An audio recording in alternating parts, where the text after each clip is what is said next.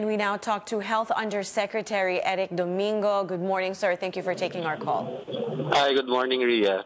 Now, President Duterte admits that there has been a decline in the number of children being vaccinated. Do your figures support this? Yes, no, I mean, our target really is 90% vaccination of all children. And last year in 2018, nationwide, depending on the regions, we just reached maybe 60 to 70%, and that's quite low. And in Metro Manila, it's less than 40%. Is this something you can relate to, the Dengvaxia issue? Is that one of the reasons parents are not bringing their kids in? Well, we've had several studies. The local groups and even WHO went around the communities to ask. And there are several reasons, of course, but one really, that calls our attention is that a lot of them still want to delay or have some hesitation because they still have that fear from the Dengvaxia vaccine at the back of their minds. Okay, what would you like parents to know? What is the importance of having their children vaccinated, and what could happen if fewer and fewer Filipino children get these shots?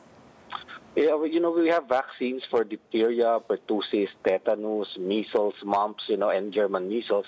And these are tried and tested vaccines that we've been using for decades. They prevent illness and death of millions of children all over the world. And these are safe. So even as the President said, if we had any doubts over the Dengvaxia vaccine, please, we just want everybody to make sure that this is clear to them that this is a different vaccine. The vaccines that we give, our routine vaccinations, are safe, tried and tested, and they're really for their children. And after clean water, this is the most important public health intervention that they can give to their children. All right. On to another topic. I'm sure you've been experiencing the much cooler weather, especially here in Metro Manila over the past few days. And there has been a prevalence of flu cases. What's your advice to the public on this and in order to stay healthy? Yeah, well, the cold season is really flu season. So once you have it, our advice is you stay in bed, rest. You need to recover from that. And, of course, try not to infect anybody. Wear a mask. Cover your face and mouth when you're coughing or sneezing. But if you have to go to work and you don't have it, and you have to go to congested areas like public transportation or public areas, then it's safe to wear a mask. And of course, always, frequent hand washing will help.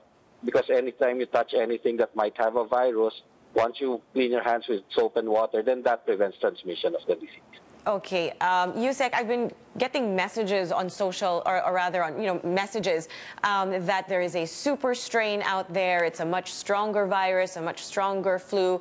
Is this true? No, well, not really. No, it's just really flu season, and the peak is now. The peak is usually January and February. But compared to last year, we actually have less cases. We have, I think, as of this time last year, we had about 150,000 cases already for the whole year. For 2018, 2019, we've had about 130,000. And it seems to be less fatal. No, it's not as serious as the flu last year. So it's just really flu season. The virus is going around and we have to protect ourselves. But it's not a worse strain than we had last year.